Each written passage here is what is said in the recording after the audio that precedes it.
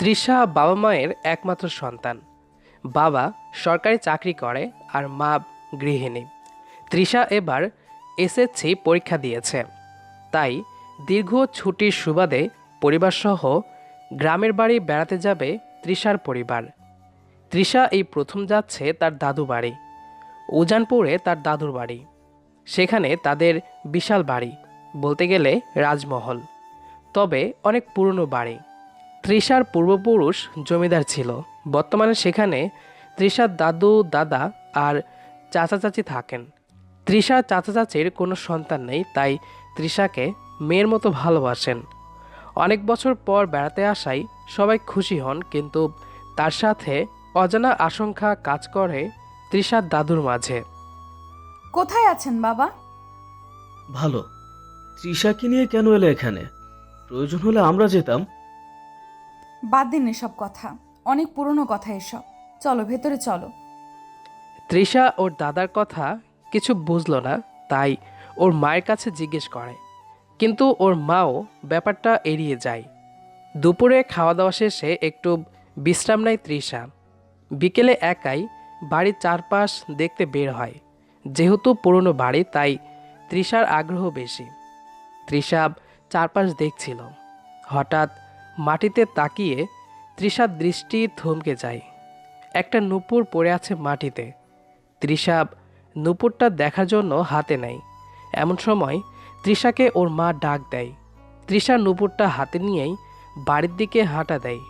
অন্যদিকে তৃষা নূপুরটা সাথে নেওয়ায় আড়াল থেকে কেউ অট্রা হাসি দেয়, কিন্তু সে শব্দ তৃষার কানে পৌঁছায় না। তার আগেই তৃষা বাড়ি চলে যায়। কোথায় গিয়েছিলে একা? এখানকার পথঘাট সবই তো তোর অজানা। এই কাছেই গেছিলাম মা, বাড়ির চারপাশে একটু দেখছিলাম। তোমার একা যাওয়া উচিত হয়নি দিদি ভাই। সরি দাদু, আর একা কোথাও যাব না। ঠিক আছে, তোর হাতে ওটা কি? ও, এইটা একটা নূপুর, বাড়ির পিছনে যে ঘর আছে তার সামনে পেয়েছি। ওটা এক্ষুনি আমাকে দাও, আর তোমার দাদির কাছে গিয়ে গল্প করো। ওকে দাদু। তৃষা ঘর থেকে চলে যায়। সীমা, কালই তোমরা শহরে চলে যাবে। আমি আর চাই না আর কাউকে হারাতে। বাবা, এসব অনেক বছর আগের কথা। তাছাড়া সামান্য একটা নুপুরই তো, আপনি ভয় পাবেন না। তৃষার সাথে এখনো সেই রক্ষা কবচ আছে। তবুও কালকেই তোমরা যাচ্ছ। ওকে বাবা। সব কথা শুনে দরজার আড়ালে থাকা কারো মুখে হাসি ফোটে। পরের দিন তৃষা অনেক খুশি উজানপুরে এসে, তাই ওর বাবা কয়েকদিন থাকার কথা মজিদকে বলেন। অনেক চেষ্টার পর মজিদ রাজি হয়। অন্যদিকে মনে হচ্ছে আরও কার্যকর প্ল্যান তৈরি করতে হবে। ওরা এখানে যেন কখনো না আসে সেই ব্যবস্থা করতে হবে। হ্যাঁ, আমি সব কিছু ভেবে রেখেছি। এতদিনের প্ল্যান ওই মেয়ের জন্য কিছুতেই শেষ হতে দেওয়া যাবে না। প্রয়োজনে ওকেও দিশার মতো শেষ করে দিব। দুজনেই সবার আড়ালে গভীর ষড়যন্ত্রের জাল বুনতে থাকে। হ্যালো তৃষা, কেমন আছিস? ভালো, তুমি? আচ্ছা শোনো, তুমি কি উজানপুর আসতে পারবে?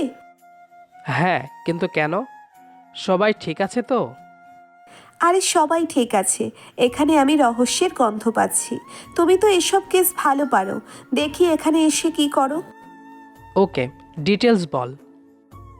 আগে আসো, তারপর সব বলছি। আর কাউকে রহস্যের কথা বলবে না। ওকে, কাল আসছি, বাই। এতক্ষণ তৃষা সিয়ামের সাথে কথা বলছিল। ওরা পাশাপাশি ফ্ল্যাটে থাকে।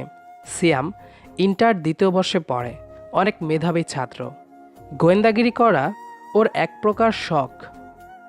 কার সাথে কথা বলছিলি? শিয়াম ভাইয়া কল দিচ্ছিল, বলল আমাদের এখানে কাল আসবে। ও আচ্ছা। পরের দিন সিয়াম বাসা থেকে উজানপুরের উদ্দেশ্যে রওনা দেয়। 2 ঘন্টা পর তৃষাদের বাড়ি পৌঁছে। সীমা সিয়ামকে নিজের ছেলের মতোই ভালোবাসে। সিয়াম খুব মিশুক টাইপের ছেলে, তাই ক্ষণিকের মধ্যেই সবার সাথে ভালো ভাব জমিয়ে ফেলে। কিন্তু তৃষার চাচা ও চাচি সিয়ামের আশায় মোটেও খুশি না। দুপুরে খাওয়া দাওয়ার পর তৃষা ও সিয়াম গল্প করে। এখন কি রহস্য আছে এখানে? সেটা ঠিক আমিও জানি না। সেদিন নুপুর পাওয়ার ঘটনা বলে। তুমি কয়েকদিন থাকো, বুঝে যাবে। দাদি দাদু সবাই আমাকে হারানোর ভয়ে আছে, আরও কিছু লুকাচ্ছে। আচ্ছা শোন, আমার পরীক্ষা, তাই যা করার তাড়াতাড়ি করতে হবে। আমার মাথায় একটা প্ল্যান এসেছে, এর মাধ্যমে আমরা সব জানতে পারবো। তুই পারবি তো? ওকে, বলো কি প্ল্যান? শোন, ওকে, পারবো। তাহলে কাল হবে। এখন চলো, আমাদের বাড়িটা তোমাকে দেখাই। তৃষা এই কথা বলে সিয়ামকে নিয়ে যায় তার মায়ের কাছে। মা, শিয়াম ভাইয়াকে সাথে নিয়ে আমাদের বাড়িটা একটু ঘুরে দেখবো? তবে সাবধান, পুরনো বাড়ি তো, বিপদ আপদ হতেই পারে। Okay aunty. সিয়ামকে নিয়ে তৃষা পুরো বাড়ি ঘুরে দেখতে লাগলো।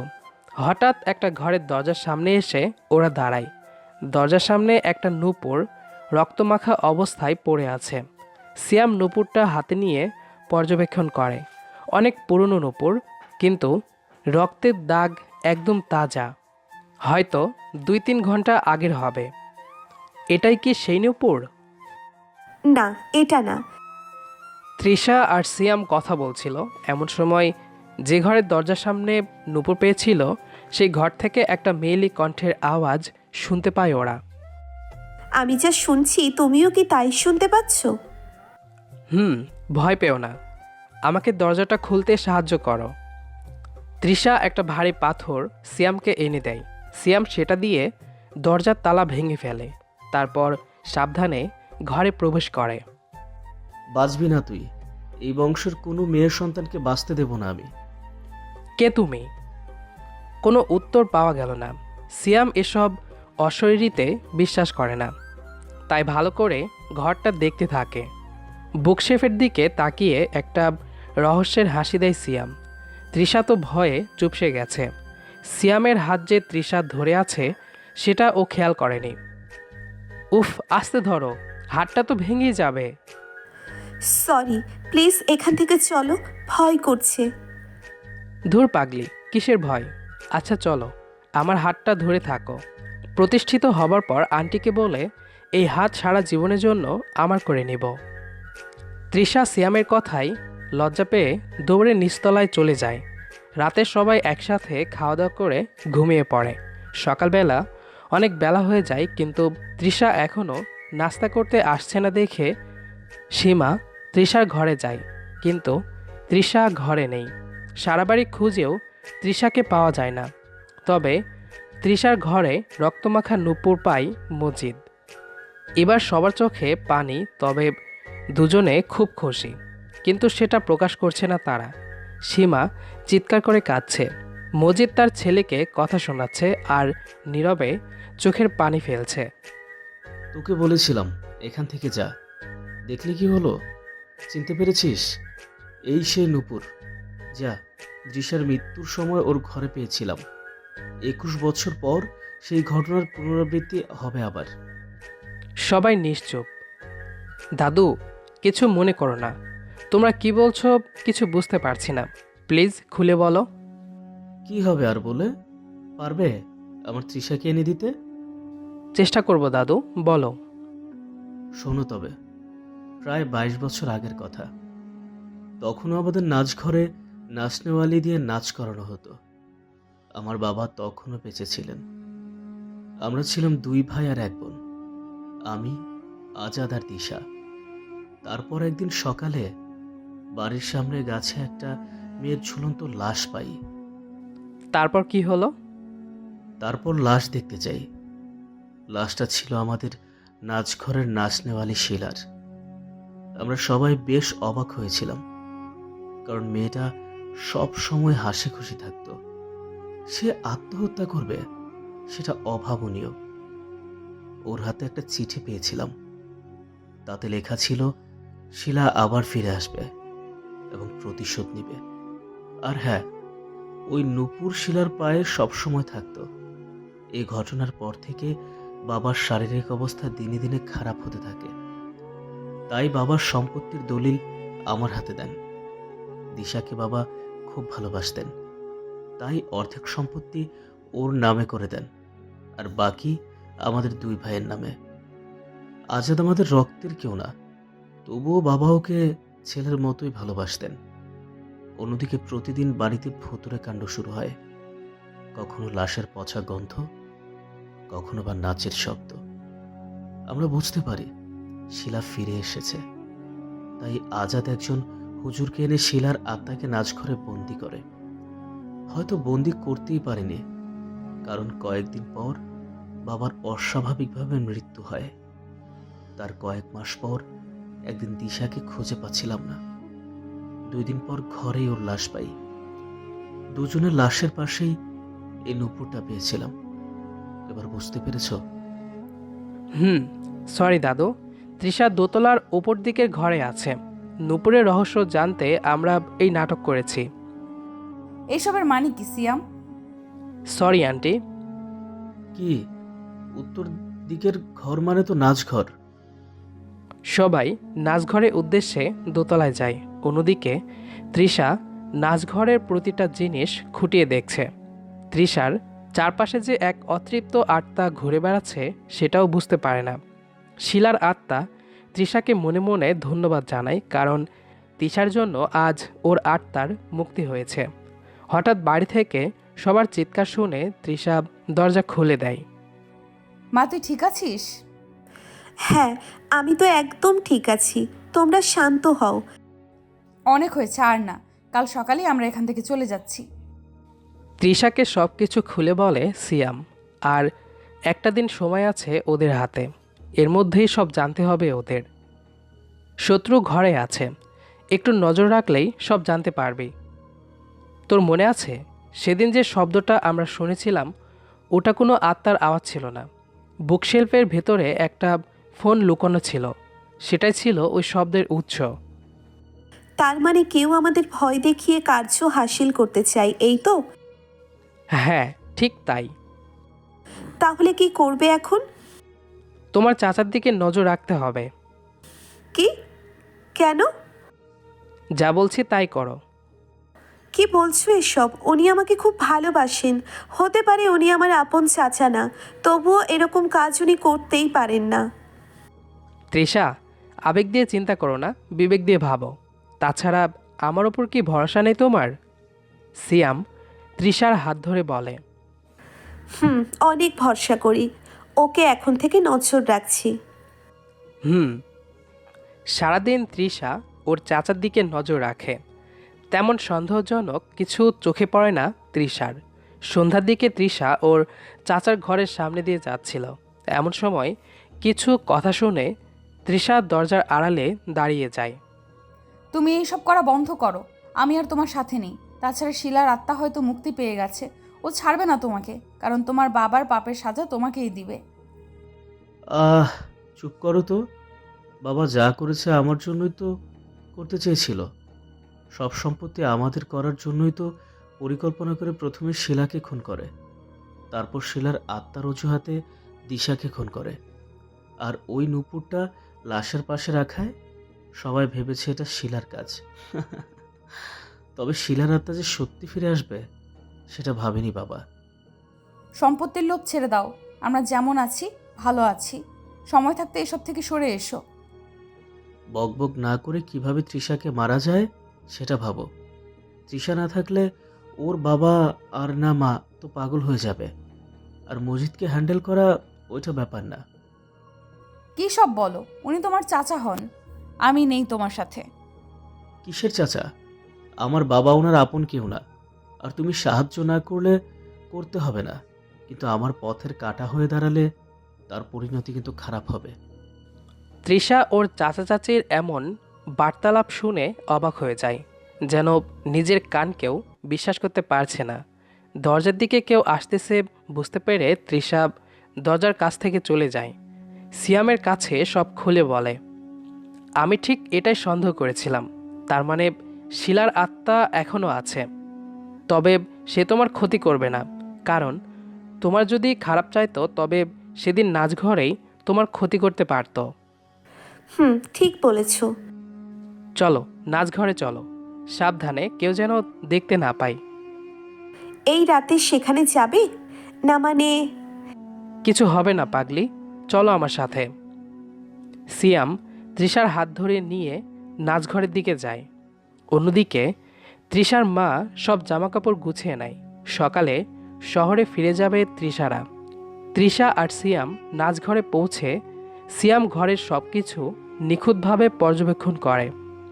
তৃষা, আমার মনে হয় শিলার আত্মা এখানেই আছে, চলো আমরা তাকে ডাকি। কিন্তু আমরা তো দুজন, চক্রে তো 4 জন দরকার, তাহলে কিভাবে সম্ভব? চক্র না, এমনি এক মনে ডাকবো। আমার বিশ্বাস শিলা সাড়া দিবে। সিয়াম কথা শেষ করার আগেই নাচঘরের দরজা বন্ধ হয়ে যায়। ঘরের ভিতর জ্বলে ওঠে অনেক মোমবাতি। তৃষা আর সিয়াম অবাক হয়। কিছুক্ষণের মধ্যে ওদের সামনে এক অবয়ব হাজির হয়। তৃষা ভয়ে সিয়ামকে জড়িয়ে ধরে। অবয়বটি কথা বলে। আমি শিলা। বলো তৃষা, কি জানতে চাও? তোমার কাছে আমি কৃতজ্ঞ, ধন্যবাদ। আমার কাছে আপনার কিসের কৃতজ্ঞতা? আজ তোমার জন্যই তো আমি ওই বক্স থেকে মুক্তি পেয়েছি। সেদিন যে বক্সটা তুমি খুলেছিলে তার ভেতরেই আমি বন্দি ছিলাম। আচ্ছা, বুঝলাম। তাহলে আপনি কিছুদিন আগে নূপুরের মাধ্যমে কিভাবে সবাইকে ভয় দেখিয়েছেন? না, আমি কিছু করিনি, আর আমার কাছে নূপুর নেই। তাছাড়া আমি এখনও এই ঘরের বাইরে বের হতে পারি না। যতক্ষণ দরজায় ওই তাবিজ লাগানো থাকবে ততক্ষণ আমি এই ঘরেই সীমাবদ্ধ। তাহলে এসব যাচাই করেছেন? হ্যাঁ তৃষা, এ সব কিছু তোমার চাচা আর তার বাবা করেছে। কি? চাচার বাবা? মানে আচার দাদু? তা কি করে সম্ভব? উনি তো অনেক বছর আগেই নিরুদ্দেশ হয়েছেন। সব ধোঁকা। ও এখান থেকে দূরে আছে আমার থেকে বাঁচার জন্য, আর ওখান থেকে কলকাঠি নাড়ছে। সম্পত্তির লোভ ওকে পশুর চেয়ে নিকৃষ্ট করেছে। আপনার হাত থেকে বাঁচার জন্য কেন পালাবে? একটু ক্লিয়ার করে বলুন প্লিজ। আমি আজাদকে ভালোবাসতাম, কিন্তু ও আমার সাথে প্রতারণা করে। পরে বলে একজন নাচনেওয়ালিকে ব্যবহার করা যায়, তাকে বউ করা যায় না। এর কিছুদিন পর আমি গর্ভবতী হই। এই খবর আজাদ বেশ ভালোভাবেই মেনে নেয়, কিন্তু ওটা যে ওর চাল ছিল তা আমি বুঝিনি। একদিন রাতে বাগানে আমাকে দেখা করতে বলে। আমি খুশি মনে বাগানে যাই। সেটা ছিল সবচেয়ে বড় বোকামি। বাগানে যাবার পর ওর আসল রূপ বুঝতে পারি, কিন্তু ততক্ষণে আমাকে ও মারার চেষ্টা করে। এক পর্যায়ে ও আমাকে শ্বাসরোধ করে খুন করে, তারপর গাছের সাথে লাশ ঝুলিয়ে দেয়। এতে সবাই ভাবে আমি আত্মহত্যা করেছি। সত্যি আপনার সাথে অনেক অবিচার হয়েছে, কিন্তু তৃষার ফুপু দিশাকে কেন খুন করলেন? আমি কাউকে খুন করিনি। সব কিছু আজাদের চক্রান্ত ছিল। আমার নূপুরের সাহায্যে ও নিজের কাজ হাসিল করেছে, যেন সবাই ভাবে ওটা আমার কাজ।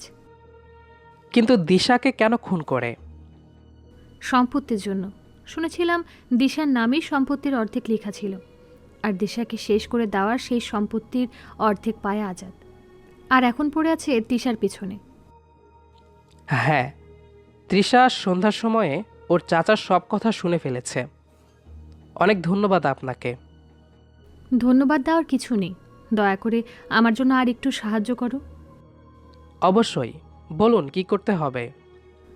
এই ঘরের দরজায় যে তাবিজ বেঁধে রাখা আছে সেগুলো সরিয়ে দাও, তাহলে আমি এই বন্ধ ঘর থেকে মুক্তি পাব, আর আমার প্রতিশোধ নিতে পারবো। ঠিক আছে, আমরা আসছি এখন। তৃষা আর সিয়াম ঘর থেকে বের হয়ে দরজার তাবিজ সরিয়ে দিল, আর সেই সাথে শুরু হলো এক অতৃপ্ত আত্মার প্রতিশোধ। পরের দিন সকালে তৃষারা সবাই বাড়ি যাওয়ার জন্য বের হয়। যখন সবাইকে বিদায় জানিয়ে দরজার দিকে এগোয়, তখনই এক ব্যক্তি দরজা দিয়ে এক প্রকার দৌড়ে বাড়ির ভিতর প্রবেশ করে। আচমকা এমন ঘটনায় সবাই আঁতকে ওঠে। মজিদ যেন বড় শক খায়। আজাদ, তুই বেঁচে আছিস? কোথায় ছিলি এত বছর? আমাকে ক্ষমা করে দে ভাই। আমি এত বছর শিলার হাত থেকে বাঁচার জন্য লুকিয়েছিলাম। কিন্তু কথায় আছে না, পাপ বাপকেও ছাড়ে না, ঠিক তেমনই শিলার আত্মা আমাকে ছাড়বে না। কি বলছিস তুই? কিছুই বুঝতে পারছি না। আমি বলছি সব। সিয়াম সব কিছু খুলে বলে সবাইকে। সি আজাদ, আমার বাবা তোকে রাস্তা থেকে এনে এই বাড়িতে ছেলের মর্যাদা দিয়েছিল। তার প্রতিদান তুই এইভাবে দিলি?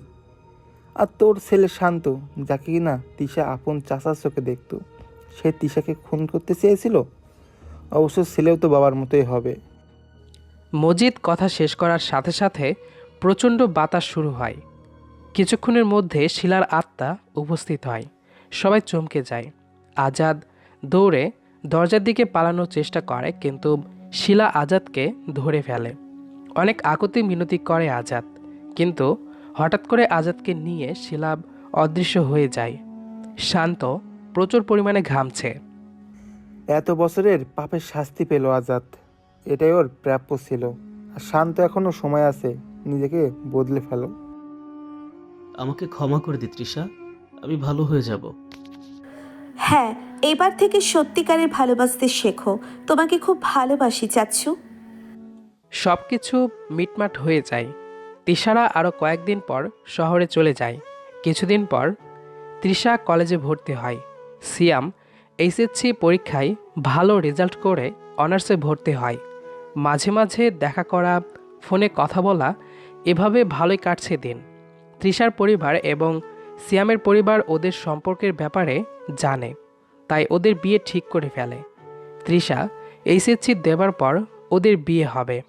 সিয়াম লেখাপড়ার পাশাপাশি ওর বাবার অফিসে কাজ করে। দেখতে দেখতে তৃষা এসএসসি পরীক্ষাও দিয়ে ফেলে। কয়েকদিন পর তৃষা আর সিয়ামের বিয়ে হয়ে যায়। সুখে জীবনযাপন করে ওরা। গল্পটি কেমন লেগেছে সেটি অবশ্যই কমেন্ট করে জানাবেন। দেখা হবে আবারও নতুন কোনো গল্প নিয়ে। সেই পর্যন্ত আমাদের সাথেই থাকবেন। আর দুঃখিত এই কয়েকদিন ভিডিও না দেবার জন্য। ধন্যবাদ সবাইকে।